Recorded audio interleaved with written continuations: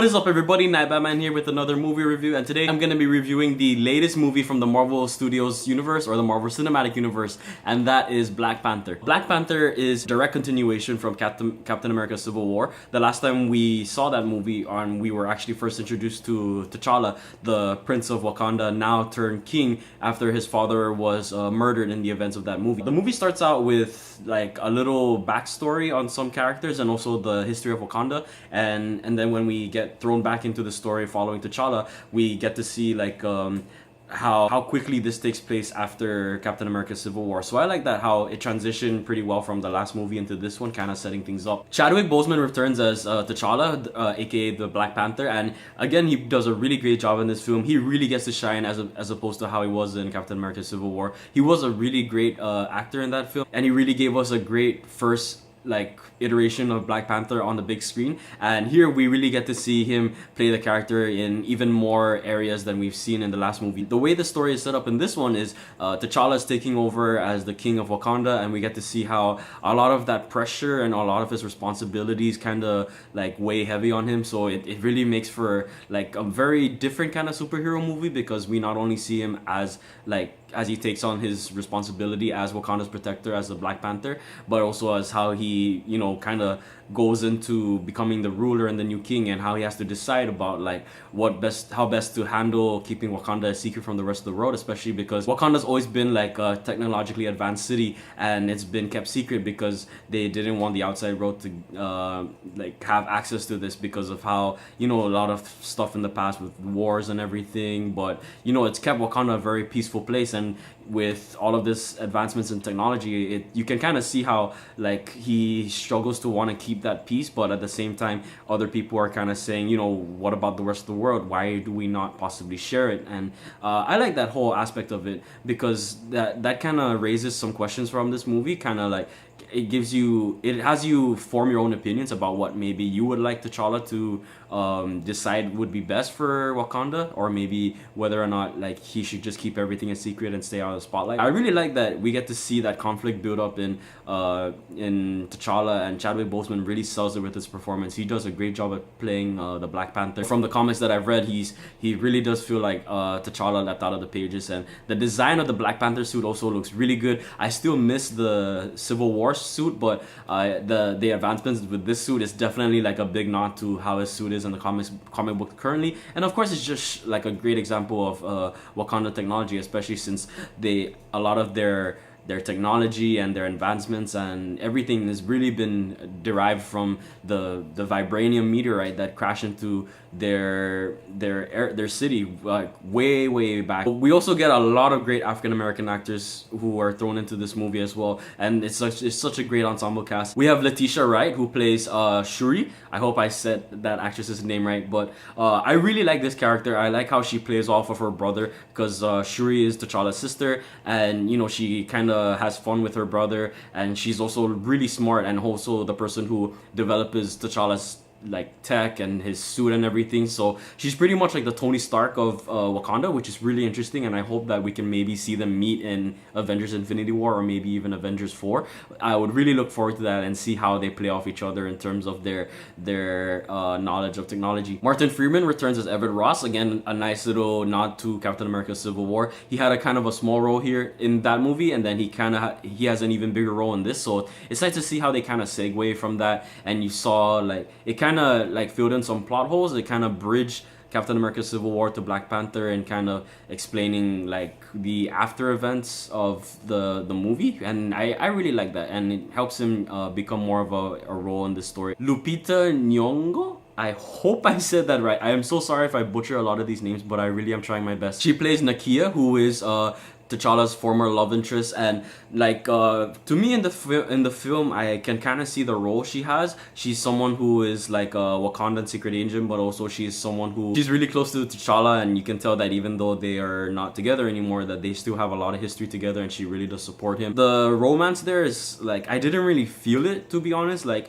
I know that they had a history, like you can get that feeling, and there is a little romance there, but it kind of felt a little minor in terms of what a real romantic relationship was. But it's okay, it wasn't like a big focus on the movie. It really was a lot of T'Challa's story, and also the big villain of the movie, Eric Killmonger, played by Michael B. Jordan. And what I like about this villain, actually, compared to a lot of the Marvel Cinematic Universe films, is that this is probably my second or third favorite Marvel film villain. Now, I'm also willing to count Wilson Fisk from the Daredevil Netflix series. I thought he was really awesome. Like, overall, like, we've had all of these medias of the Marvel Cinematic Universe. We've had the movies, we had the TV shows, but all in all, like, the only villains who really stood out to me were Loki, Kingpin in Daredevil Netflix, and now Eric Killmonger. And what I like about Eric Killmonger is that he's someone you can actually really empathize with. When you really learn about his backstory and his motivations, it's like,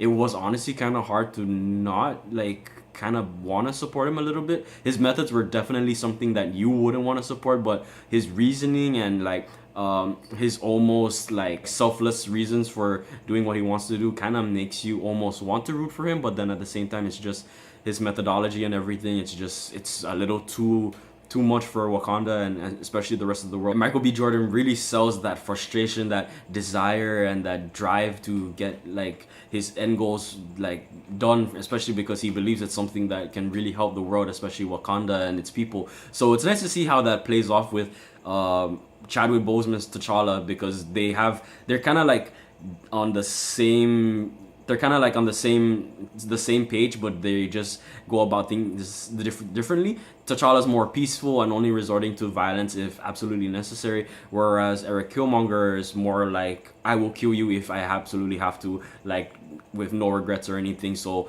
it's kind of interesting how that plays off. But I think he was a really good villain, and I just really hope that from here on out we can get even more great Marvel Cinematic Universe villains like this, because we've had so many villains in the past that a lot of them didn't really stand out as well as he did, and Loki and the Kingpin. So I'm really liking what they did with that. He made for like a really good conflict for the story. Andy Serkis also returns as Ulysses Klaw, who we last saw in Avengers Age of Ultron, and we also saw his arm get cut off. But of course, that was a really good setup for seeing him in Black Panther, since in the comics he does have that kind of like weapon on his arm. So it's nice to see him come back and actually have that already installed on him. So he was actually a pretty big Black Panther villain, but he's kind of like given less screen time compared to Killmonger, because Killmonger is the main big baddie of this one. He's more of the brain and the muscle, and Claw kind of felt like more of like a means to an end kind of villain.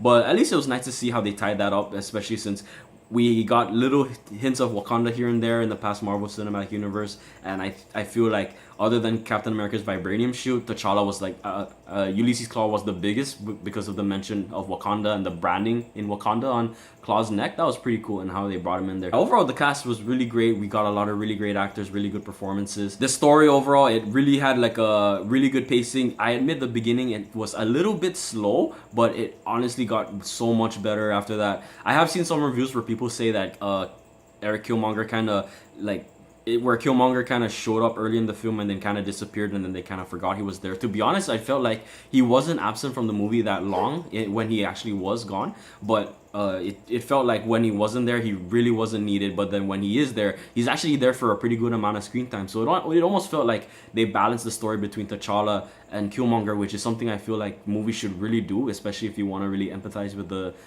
villain more, because you need to flesh them out even more, which is what this one did, which is why they succeeded in making a great villain and such a good story. And of course, what also makes the story great, other than how T'Challa has to approach this threat of Killmonger and like how to best be a king, is again back to how like I like how it has some underlying social commentary about how, you know, there's like racism going on the road, but they don't really like emphasize it too big. It's kind of subtle there, but they kind of just say like, oh, people of Wakanda are just like suffering out in the world because they're like secretly Wakandans, but they're not really telling people about it, and they're not telling people about their city, and like, you know, they could do more if they actually came out with it, but like, you know, they're dealing with racist things, and also again the whole political thing with like how much involvement can Wakanda really bring into the world and everything. I really like that. It made this film feel less like a superhero movie and more like or if it made it feel more than a superhero movie. Like it had some good political drama and like social commentary, which really made for like just more than an average superhero film. That's why for my review of Marvel Studios Black Panther, I gotta give this movie a 4.8 out of 5. I really love the movie. The pacing was just a little too slow. The romance there wasn't really like something that I cared for, but you know, since they already have these characters who had a relationship in the past, they didn't have to really work too hard on building it and making it distract from the overall story. So that I'm really thankful for that. And we had a really great story, really great cast, and it raised some pretty good questions for like not just the film but also like about the world in general, which is what I also liked. So it really became more than just a superhero film, which is really awesome. So I really think you guys have got to go check it out in theaters. I saw it in 3D with my girlfriend. The 3D was okay. It wasn't like a big standout. You can definitely see it with in 2D and not really miss much from 3D. But if you want to check it out in 3D, I say definitely give it a shot. You might like it. But yeah, for me, there wasn't any big standout 3D moments from it, but it was still a really good movie and I still enjoyed it and still worth the price of admission. I really appreciate you guys watching. I hope you enjoyed. If you have seen the movie, please feel free to share your thoughts in the comments below and I'll check it out. But other than that, thank you guys so much for watching. And Black Panther, what a great film. Really did justice to the character, just like Captain America Civil War did. And I can't wait to see T'Challa and Wakanda return in Avengers Infinity War. Oh, and also we get 2 secret endings. Definitely stay back for those. They're gonna be really worth it. I definitely feel like these are really big setups for the future of the Black Panther movies and the character, and also for the Marvel Cinematic Universe as well. So thank you guys so much for watching and I hope you enjoy it and take care. Later.